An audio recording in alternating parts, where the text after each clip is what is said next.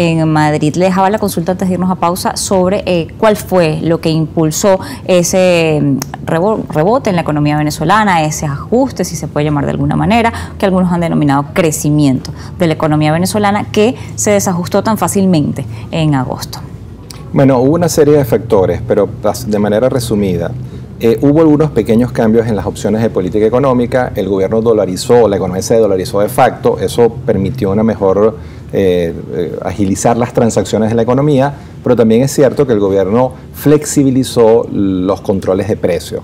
Eso sumado al gran factor que es la guerra de Europa del Este, Ucrania, Rusia, que hicieron que los precios del petróleo subieran como la espuma, y la cesta petrolera venezolana llegara ahorita, está en este momento en 81, 82 dólares el barril, generó el impulso fiscal para que hubiera una recuperación. Hubo una cantidad de factores que intervinieron. El tema es que la economía va a crecer y digamos, el ingreso fiscal petrolero de Venezuela este año va a ser más del doble del que teníamos estimado hace 6-7 meses atrás, antes de la guerra. Todos esos factores confluyeron y están haciendo que haya una recuperación, pero hay que verla con toda objetividad.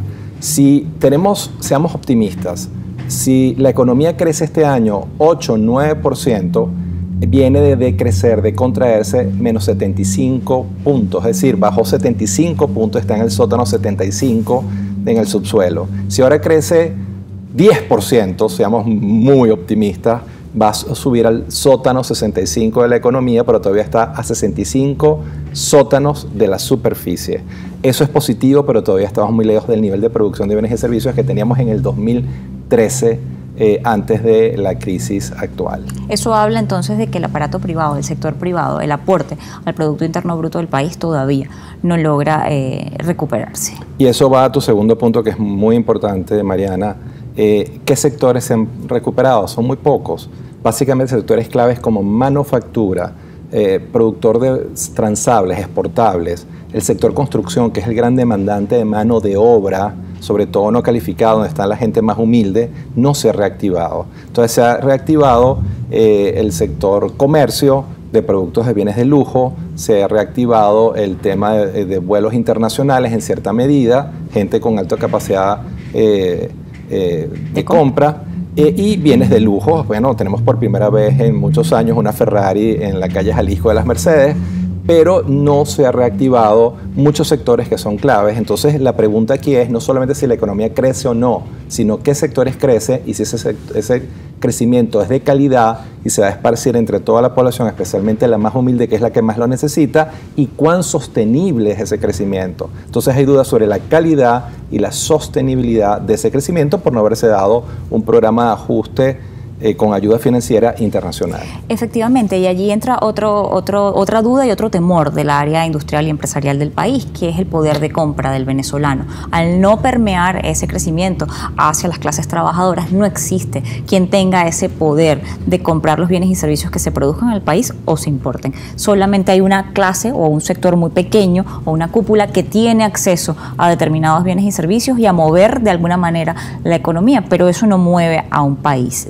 Esa mano de obra, ese trabajador, esas condiciones de salario en el país, de producto de los ingresos, la falta o la ausencia total de crédito por parte de la banca para el consumo, ¿qué efectos puede tener si no se toman en cuenta medidas en conjunto para poder abordar la situación? Mariana, utilicemos data de ENCOBI, de la encuesta social más importante que se produce en Venezuela. ENCOBI claramente en su último reporte grafica que el 95% de la población venezolana vive bajo la línea de pobreza. Solamente un 5% sale de esa clasificación. ¿Qué quiere decir? Que los que tienen verdadera capacidad de compra, de consumo, de esos bienes de lujo que se están comercializando o se están importando en Venezuela es un 5%. El 95% de la población está execrada de esos beneficios en esencia. Y es porque Venezuela, después de muchos años de hiperinflación, 4 años y algunos meses, de altísimas y persistentes inflaciones, todavía sigue teniendo la inflación más alta del mundo, con 153% en los últimos 12 meses, hace que un porcentaje muy alto de la población tenga el salario mínimo y promedio más bajo de América Latina. Venezuela siempre fue un país de ingresos medios altos que aún en los peores momentos de los 80 o 90, los venezolanos teníamos un ingreso mínimo de 300, 350 dólares, 250 dólares, y ahorita estamos hablando de 15 o 20 dólares. Entonces su capacidad de consumo es muy limitada, consecuencia de 20, 22, 25 años de destrucción del ingreso y de la productividad de la economía. Y está uno de los puntos claves del nivel de empobrecimiento, y es por eso que en COVID concluye que el 95% de la población venezolana vive bajo la línea de pobreza y no tiene la capacidad de consumo de las élites, y es por eso que lo que tú ves con los bienes de lujo, los bodegones, los carros importados, los vuelos aéreos internacionales, están focalizados esencialmente a ese 5 o 6% de la población.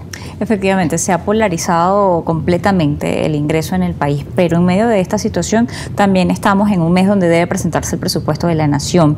Es algo fundamental, es parte del orden que debería existir en una nación, y más en una nación que intenta, según lo ha dicho el Ejecutivo Nacional, según lo intenta hacer a través de leyes, de abrirse a inversionistas extranjeros que también necesitan saber cuál es la proyección que tiene el gobierno, cuál es la visión que tiene el gobierno de lo que va a hacer de cara al 2023. Los últimos presupuestos que hemos visto o que logramos conocer carecen de todo tipo de indicadores que nos hablen sobre las proyecciones del Producto Interno Bruto, sobre el tipo de impuestos que se van a cobrar, la producción petrolera y todo aquello que es ingresos para la nación. Yo quisiera saber la importancia que esto tiene y hacerlo bien, y no como se ha hecho en los años anteriores, cuando por lo menos se hizo público, pero no Así es, en los últimos 10 años, formalmente. La institución del presupuesto, Mariana, y de este tema tú sabes mucho también, porque lo trabajaste mucho tiempo en medios, en prensa escrita, los presupuestos nacionales desaparecieron, la institución presupuestaria fue desmantelada, y durante más de 10 años no se han producido presupuestos. Este año se produjo un documento de 50, 60, 70 páginas, que se agradece el esfuerzo, pero todavía cuando tú vas al detalle te das cuenta que no tiene información relevante, fidedigna. Entonces, por ejemplo, no tiene ninguna sección donde aparezcan proyecciones macroeconómicas como precio del petróleo, tasa de cambio, inflación, crecimiento del producto, o sea, variables claves para que los agentes económicos sepan por dónde van los tiros y puedan planificar el negocio. Entonces es muy deficiente el documento, y cierro con el círculo. Venezuela, en el último ranking de proyección presupuestaria, de transparencia presupuestaria, sale de último. De 120 países, Venezuela sale junto a Yemen, un país muy poco institucional, con instituciones muy débiles, de último con 0 puntos en el ranking de transparencia presupuestaria, porque en esencia, y lo resumo muy brevemente, como sabes tú, hay 4 fases presupuestarias claves: ejecutivo, legislativo, implementación por parte de la burocracia y auditoría. En esas 4 fases del presupuesto se tienen que producir 8 documentos claves presupuestarios. De esos 8 documentos, o no se producen o se producen con grandes deficiencias. Es decir, la transparencia, la opacidad del presupuesto nacional es totalmente desapareció, no existe presupuesto, y con eso el país pierde tremendamente, y los agentes económicos no tienen un documento al cual apegarse para tomar decisiones asertivas en materia económica, como por ejemplo cuánto va a crecer la economía, cuál va a ser la inflación, para poder planificar su negocio. Entonces tenemos que reconstruir desde los escombros la institución presupuestaria. En medio de esto, además, un país que está sometido a sanciones debería por lo menos intentar tener ese tipo de transparencia y cifras que se puedan ver ante Fondo Monetario Internacional, Banco Mundial, que por lo menos den visión de lo que efectivamente se está haciendo en el país y bajar un poquito esa opacidad. Finalmente, hemos visto al mercado de valores ser el otro actor que ha entrado en el juego para tratar de ayudar a ese empresario, a ese emprendedor, a aquella persona que quedó sin trabajo y buscó generar un negocio, para ser ese ente de financiamiento, pero también para ser ese ente de transparencia, donde pueda ser allí donde se vean las cuentas de una empresa, que quizá lo que no se ve del Estado se vea por allí, y hemos visto al Estado ahora mirar a ese lado para tratar de quizá abrir algunas opciones de lo que son las cuentas públicas por esta vía. ¿Sería esto una buena medida? Sin lugar a dudas, en un país que se reconstruya, tiene que operar lo público y lo privado, y la bolsa de valores puede ser una fuente fundamental, importantísima, de apalancamiento financiero para el sector privado. Eso es lo que hizo Chile, eso es lo que hizo Perú y lo que han hecho muchas economías en el mundo. Y esa es una alternativa real. Pero para eso el primer paso es que el gobierno haga bien las cosas, genere transparencia en sus cuentas nacionales, en sus cuentas presupuestarias, restablezca relaciones con el Fondo Monetario y Banco Mundial, cumple con el artículo 4, que es el artículo 4, que anualmente presente sus balances macroeconómicos para que los técnicos del Fondo Monetario de manera objetiva revisen la consistencia de esos resultados y se genere credibilidad en los mercados. Al final es un tema de credibilidad, Mariana. Sí. Venezuela ha perdido toda credibilidad por el nivel de opacidad, por haber roto relaciones con el Fondo Monetario y por no mostrar ni siquiera cifras